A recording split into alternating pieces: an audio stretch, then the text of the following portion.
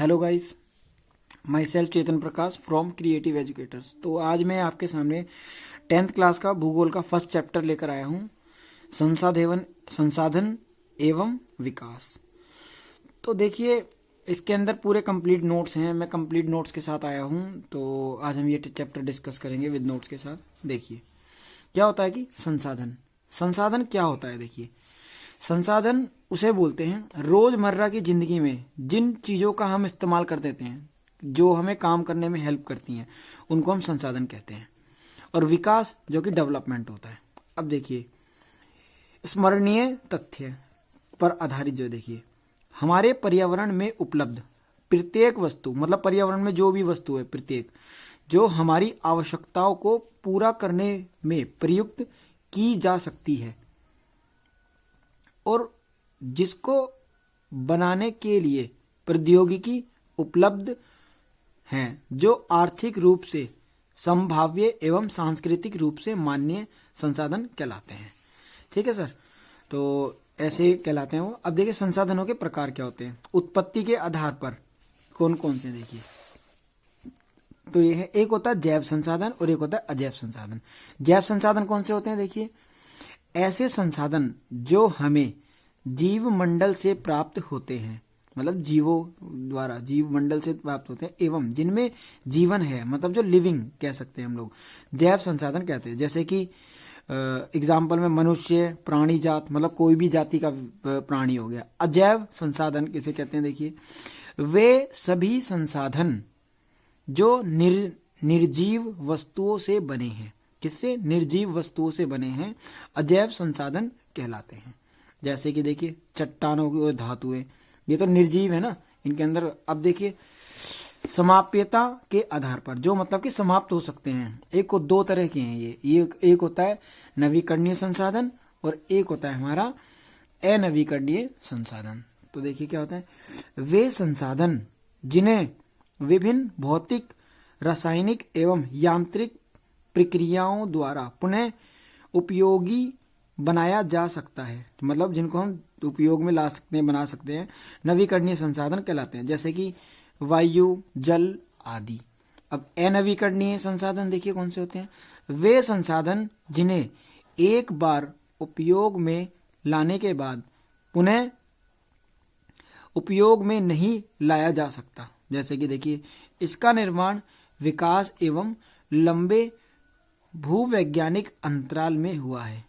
जैसे कि अनवीकरणीय संसाधन कहलाते हैं, जैसे कि खनिज।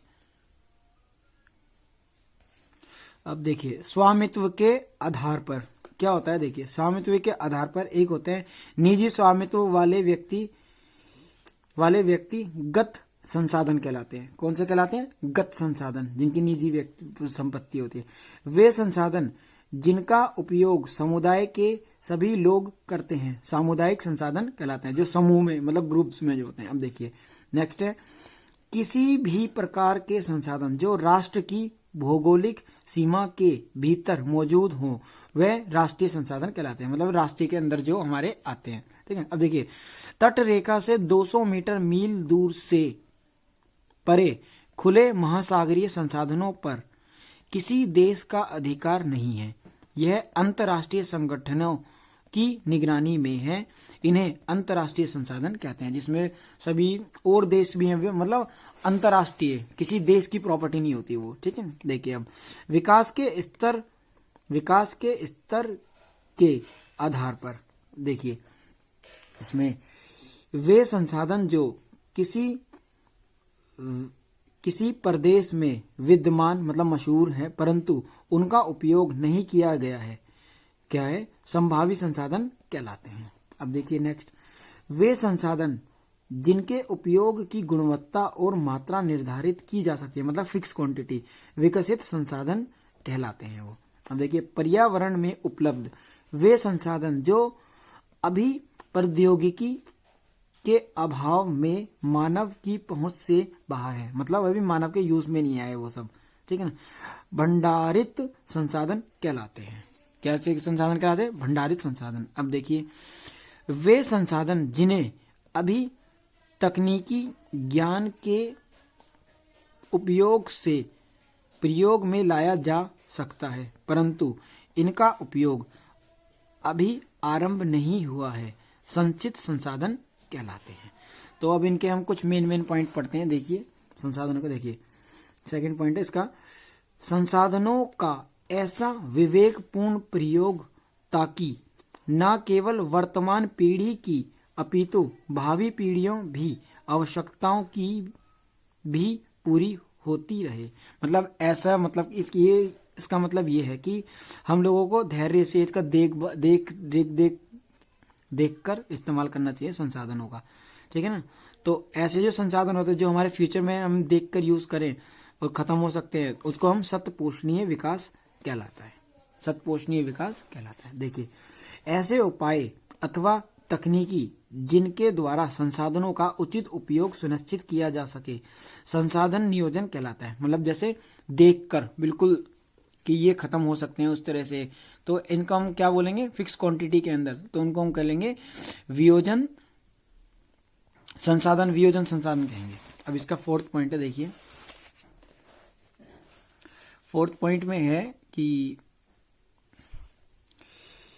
1992 में ब्राजील के शहर रियो डी जेनेरो में संयुक्त राष्ट्र पर्यावरण और विकास सम्मेलन के तत्वाधान में राष्ट्रीयों ने एजेंडा 21 पारित किया, जिसका उद्देश्य समान हितों, पारस्परिक आवश्यकताओं एवं सम्मिलित जिम्मेदारियों के अनुसार विश्व सहयोग के द्वारा पर्यावरणीय क्षति, गरीबी और रोगों से निपटाना था। मतलब कि इन सब चीजों से निपटाना, इनका 21 का मतलब ये था, एजेंडा 21 का मतलब।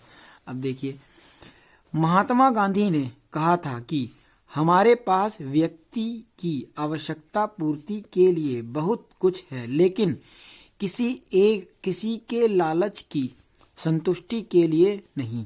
अर्थात हमारे पास पेट भरने के लिए बहुत कुछ है, लेकिन पेटी भरने के लिए नहीं। मतलब कि दौलत वगैरह जो इकट्ठा कर लेते हैं ये। देखिए अब देखिए ये भारत की भू आकृति है, जैसे कि देखिए इसके अंदर लिखा है इंडिया वेस्टलैंड इन 2000, तो इसके अंदर देखिए क्या दिखा रखा है, विंड एरोड दिखा रखा है, एरिया 10% है ये वाला एरिया। अब इसके सलाइन एंड द एल्कलाइन जो है 6% है, जो कि, और ये देखिए फॉरेस्ट का डिग्रेडेड एरिया है 28%, और वाटर का देखिए arrowed is area 58, water arrowed area कितना 56% है। अब देखिए इसके अंदर देखिए भूभाग, एक तो वन है, उसके बाद कृषि के लिए उपलब्ध भूमि, प्रति भूमि के अतिरिक्त अन्य कृषि योग्य भूमि। अब उसके बाद देखिए शुद्ध बोया गया क्षेत्र, ये सब चीजें इसके अंदर आती हैं। आइए आगे बढ़ते हैं हम लोग। तो देखिए अब देखिए भू निम्नीकरणीय के कारण अब इसके अंदर क्या क्या आता है। देखिए एक आता है खनन, एक अतिचारण, अति सिंचाई, उसके बाद है औद्योगिक प्रदूषण, वनोन्मूलन, और उसके बाद है देखिए भूमि संरक्षण के लिए उपाय, मतलब उसको सुरक्षित रख सके हम लोग भूमि को, इसके उपाय इसलिए बोलते हैं। देखिए एक होता है वनोरोपण, मतलब कि जंगल में पेड़ वगैरह लगाना, ठीक है ना। उसके बाद है पशुचारण नियंत्रण, रक्षक मेखला, उसके बाद है खनन नियंत्रण, उसके बाद औद्योगिक जल का परिष्करण। अब इसको भी एक रे डायग्राम के द्वारा बताया गया। देखिए मृदा के प्रकार कितने तरह की, एक होती है लाल एवं पीली मृदा, एक होती है वन मृदा जो जंगलों में इस्तेमाल होती है, जलोढ़ मृदा, काली मृदा, और एक होती है लेटराइट मृदा, और एक होता है मरुस्थलीय मृदा, तो आपको पता ही है कैसे बोलते हैं, रेगिस्तान की जो मृदा। अब देखिए जलोढ़ मृदा के बारे में हम पढ़ेंगे। जलोढ़ मृदा कैसे, देखो भारत के लगभग 45% क्षेत्रफल पर पाई जाती है, ठीक है। इस मिट्टी में पोटाश की बहुलता होती है, मतलब ज्यादा होता है। सिंधु, गंगा तथा ब्रह्मपुत्र नदी तंत्रों द्वारा विकसित है ये। और इसका देखिए फोर्थ पॉइंट है इसका, रेत, सिल्ट तथा मृत्तिका के भिन्न है, ठीक है। उसके बाद देखिए आयु के आधार पर पुरानी जलोढ़ बांगर, जलोढ़ पुरानी बांगर को बांगर बोलते हैं, पुरानी जलोढ़ को, एवं नई जलोढ़ उसे खादर कहते हैं। ठीक है, पुरानी को क्या बोलते हैं? बांगर, और नई जलोढ़ को बोलते हैं खादर। ठीक है, और उसके बाद देखिए बहुत उपजाऊ तथा गन्ना, चावल, गेहूं आदि फसलों के लिए उपयोगी है ये। और उसके बाद देखिए काली मृदा।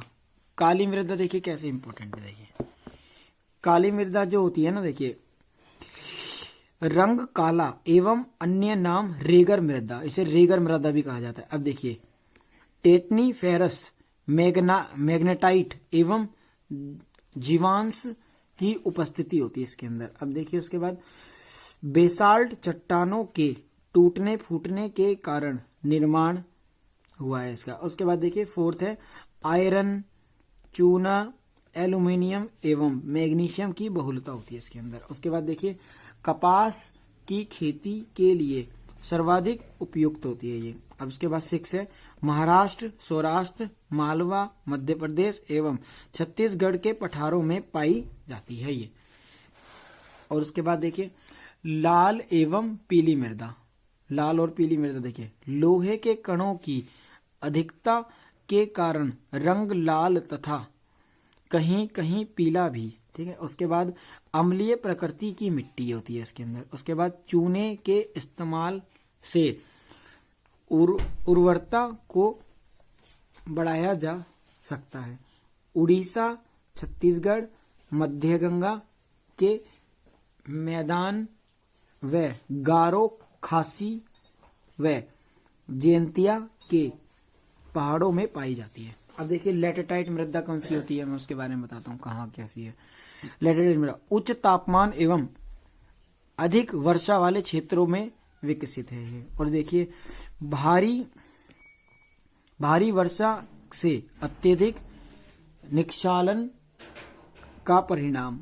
और उसके बाद थर्ड पॉइंट है इसका चाय व काजू के लिए उपयुक्त है ये। उसके बाद है कर्नाटक, केरल, तमिलनाडु, मध्य प्रदेश, उड़ीसा तथा असम के पहाड़ी क्षेत्रों के लिए उपयुक्त है। अब मरुस्थलीय मृदा पर आते हैं। देखिए मरुस्थलीय मृदा ये क्या होती है?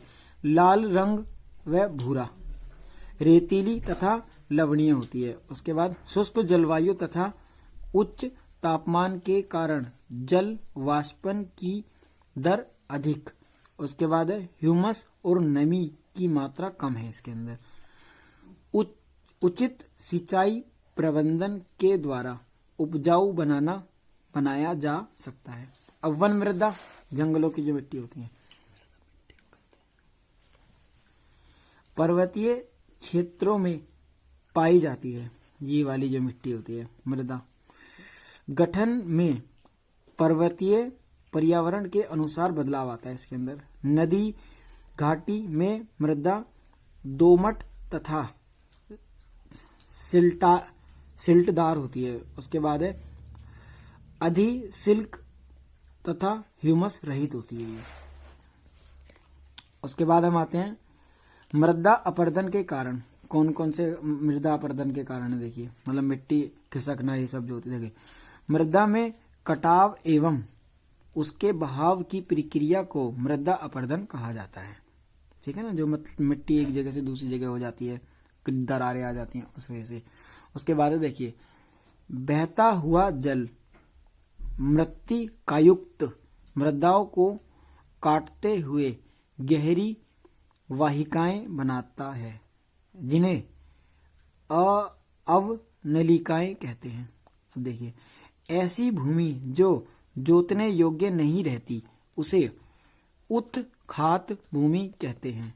उसके बाद देखिए चंबल बेसिन में इसे खड़ भूमि कहते हैं। उसके बाद फिफ्थ पॉइंट है इसका